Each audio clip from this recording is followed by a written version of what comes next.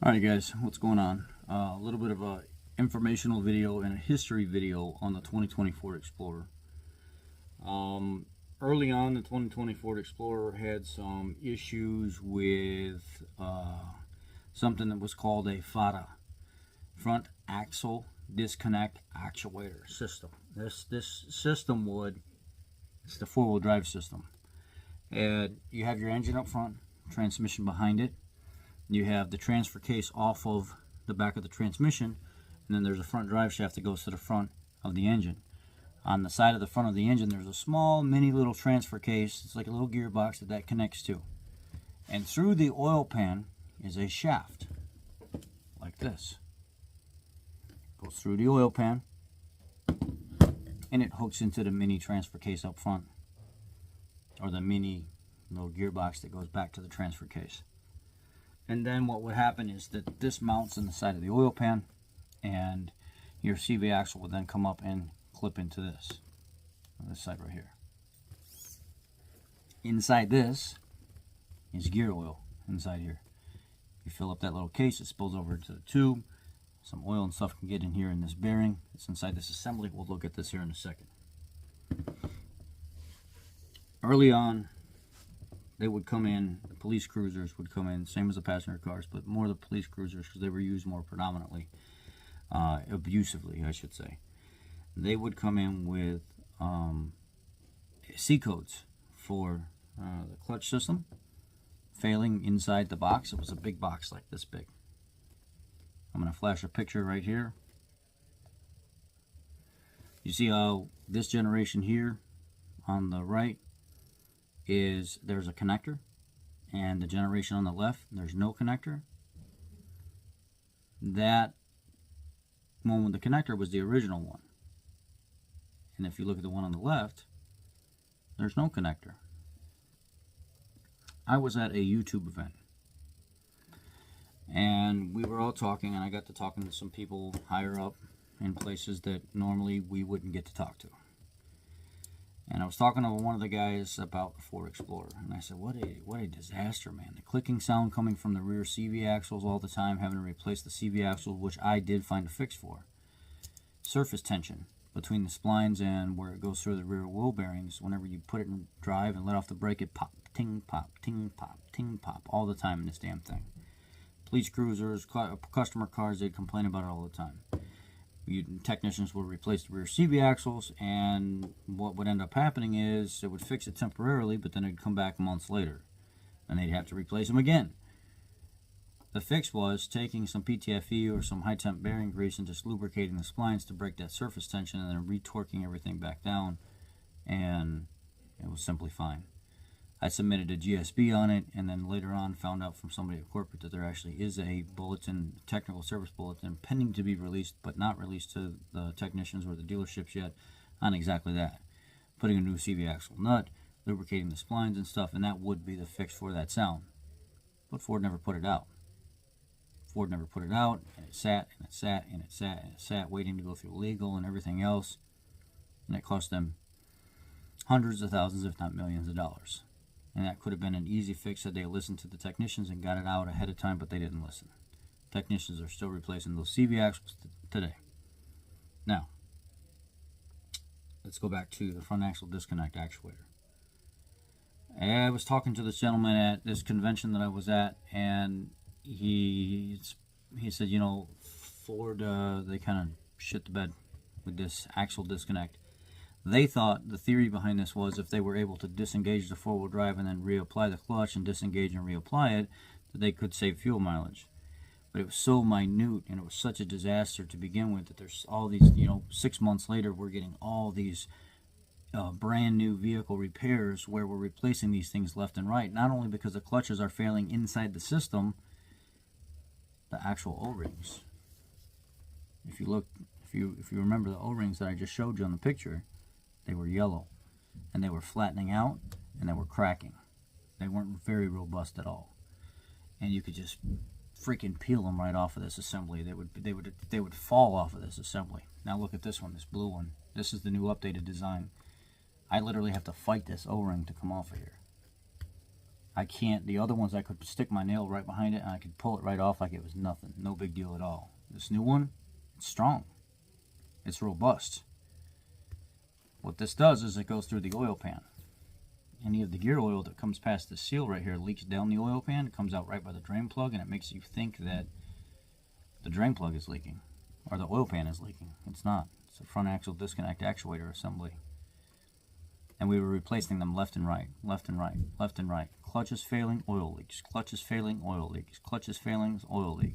What would end up happening is you'd get the C codes and you'd have to end up replacing the front axle disconnect actuator. When the new actuator would come in, the first time I seen one, I remember it just like it was yesterday. I'm looking at this thing out of the box and I'm like, wait a second. Why is the body and everything the same, but there's a machine surface here where there used to be a connector that plugs in? And I'm looking at it and I'm like, what the hell? I got upset and I kicked the box. When I kicked the box, the packaging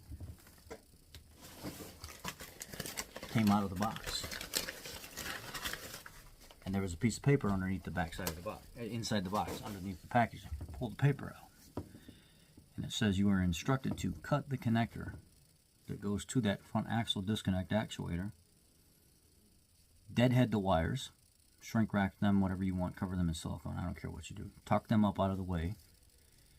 Install your new front axle disconnect actuator. Now it would be in all-time four-wheel drive or all-wheel drive, hybrid, whatever Ford wants to call their system. And then you'll go to the transfer case control module in FDRS and you will program the front axle disconnect actuator out of the system. It'll ask you a few questions. You answer those according to the operation the repair that you're doing, and it will then stop looking for the front axle disconnect actuator. Okay. We did a lot of those. I made suggestions upon suggestion upon suggestions on how to fix it, getting an O-ring, an updated O-ring like this, a robust, thick one like this ahead of time. It took years. Let's fast forward to a couple months ago. I'm not working at the dealer no more. I'm a general manager, co-owner of an independent shop.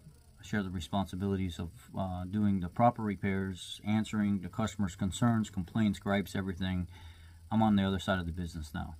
I'm understanding more about the industry and what's going on, and I felt the need to explain this entire history of front axle disconnect actuator to you guys and the fiasco that Ford has went through trying to fix this problem. I had a technician reach out to me from a police department, and she said, dude, I've been watching your videos and this is exactly what I'm dealing with. I have to replace this front axle disconnect actuator, and I've been like ordering all these parts, and all of a sudden out of nowhere I noticed there's this TSB. Let me flash the TSB on the screen for you real quick. Notice the date. Just came out not too long ago. You would think that Ford would tell us that this is not called a front axle disconnect actuator anymore, and it doesn't even look like any of the previous generation. It's completely redesigned. It doesn't have a clutch system anymore. It has a bearing type system. There's a seal here on the end. There's a seal that can be pulled out and a new seal put in. It's a serviceable unit now. This seal can be replaced. I would assume it can be replaced, but it looks like a regular seal that you could pop out of there and put a new one in. It's got a couple O-rings here on the end. It's got like a blue O-ring with like a Teflon seal. And this will go over, the CV axle will go over this part, and this part right here will bolt to the oil pan. And this will go through the oil pan into that little mini transfer case I told you about. They don't have a vent hole here anymore because there's nothing to vent. The clutch system's gone, and it took her forever to figure out how to get this, how to figure all this out. Okay, so we figure all that out. New O-ring on it, updated design, great. It's going to be an all-wheel drive all the time, we know that anyway. Four-wheel drive all the time, you got to reprogram the transfer case control module. And a couple days ago, a week ago, I get a customer that calls me and says, hey man, I'm at the Ford dealer right now at this Wally Ford or something, I don't know what it was, Wally Ford or whatever, anyway. And I'm trying to have them help me, and they can't help me find the part that you're talking about in the video. The part that I got is not the part that you have in the video. And I said, wait a second here. Wait a second here. Let me call that dealer up. So I call up the dealer and I says, hey look, you guys are having a hard time understanding why the part he has is not the same as the one in the picture, and then you're trying to figure out why you can't order the part and XYZ, right? And he says, yeah. I said, well, let me tell you a little story. A couple years ago, I was talking to somebody at a YouTube convention, and they had given me a little piece of information saying Ford is going to slowly slip this under the radar, and they're going to change this part because of the massive failure that they had with engineering it, and you're not even going to know what's going on. It's going to be kind of difficult to find it for a while until more people start talking about it. And this is a dealership. You're a dealership, and you're having a hard time figuring out what this part is. It's not called a front axle disconnect actuator anymore. If you go into your TSBs, under a 2020 Explorer and pull up this TSB, there's a part number there. Look at the part number. See what it's called now. It's an intermediate shaft. It's a four-wheel drive intermediate shaft. It's not called a disconnect actuator anymore because it doesn't disconnect anymore. It's just like the old Trailblazer SS style. They were like, oh my God, yeah, it makes sense. I believe we can get the O-ring and stuff now, but now I know what to look for. And I got off the phone with the dealership after explaining the history of everything to them like I am to you guys right now, and made it make more sense. So if your technicians come up looking for this part, it's not even the same part anymore. This is how you find the part. And they're like, oh wow, thanks man, I appreciate that. My service manager's sitting right here, my parts manager's sitting right here, and we thank you for helping us out. And I said, if y'all need anything at all, reach out to me on the YouTube channel. I'll be more than happy to help you guys. If you guys need parts explanation on the Explorer or anything going on, I'm here.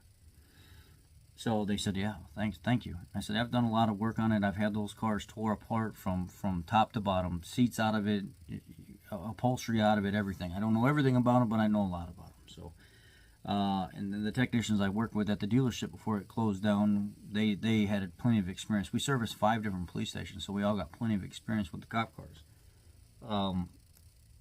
And then I'm talking to the gentleman, and he says, so about that part, it's different than the one that you had in the pictures. This has to be the wrong part. I said, no, it's not. That is the right part now. This is the new updated part that they didn't tell anybody about. They just kind of slipped it in there, changed everything in the catalog, put out a TSB real silently, didn't really notify people about it. You had to go look for it. This is the Gen 3 part that they're not going to get rid of anymore. And I was told within a few years, quietly, they would switch this out without telling people, yeah, your fuel mileage is probably going to decrease just a little bit, and we're not going to use the same four-wheel drive system that we used before. So guess what? Here you go. Wake up. Things have changed. So technicians going to order parts. I got on the phone with Anthony, and me and the bearded Ford tech. We were in the parts catalog looking for this thing. You can't find this thing anywhere.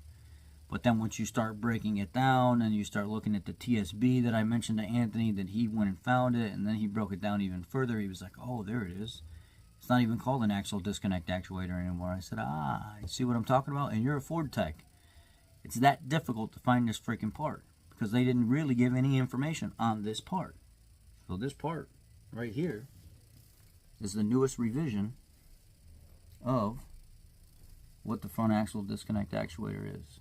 You no longer get that clutch pack body with the vent and if you are taking the original style front axle disconnect actuator, if you were able to make it this long with that being in your vehicle without destroying itself or something like that, or just not being good anymore, this will be your new piece. And then you're going to have to go into the transfer case control module and follow the prompts and answer the questions on exactly why you're doing the job that you're doing, and you're now going to reprogram the TCCM to not look for the front axle disconnect actuator anymore, and then you're going to deadhead that connector and tape it up into the harness, and that vehicle will no longer have the function of disconnecting from the four-wheel drive when it doesn't need it and then reconnecting when it does need it. It will just be spinning all the time, and then the transfer case will put it in full four-wheel drive mode. It can control some, but now you've got your clutch actuation function taken away.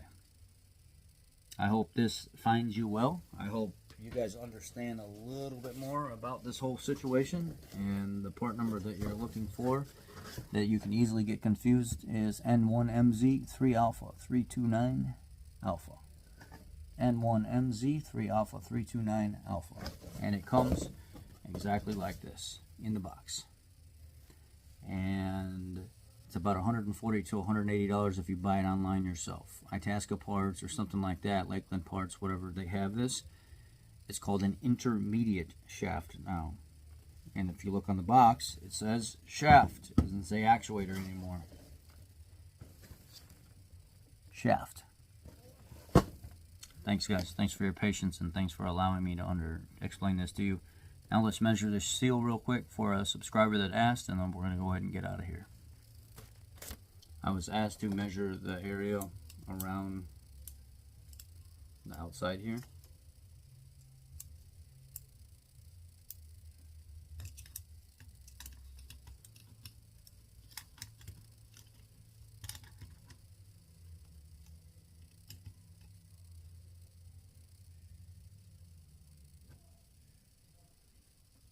I want to say it's 128 millimeters, about 128 to 130 millimeters, and the thickness is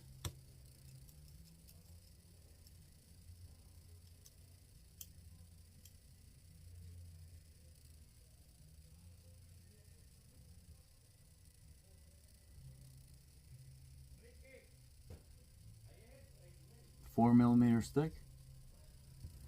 4 millimeters thick. Let's measure this one more time.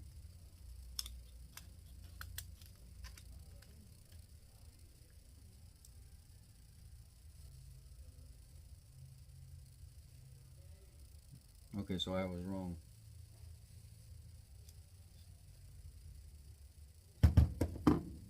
I was looking at the wrong side. So it's about 4 millimeters thick, the O-ring is, and it's about 66 millimeters. So the width is 66. The width of the O-ring is 4 millimeters. So that's your answer to your question. I hope that helps. Thanks, guys. Be blessed. I felt like I wanted to tell you about this first so you understand the history and know what to look for when you go order the parts, instead of being blindsided like some of the other people contacting me, other technicians, they're just like, what the heck, dude? How come none of this makes sense? Well, there's a history, there's a story on exactly how and why. It was to save fuel, and it didn't save a damn thing. It wasted more money. Be blessed.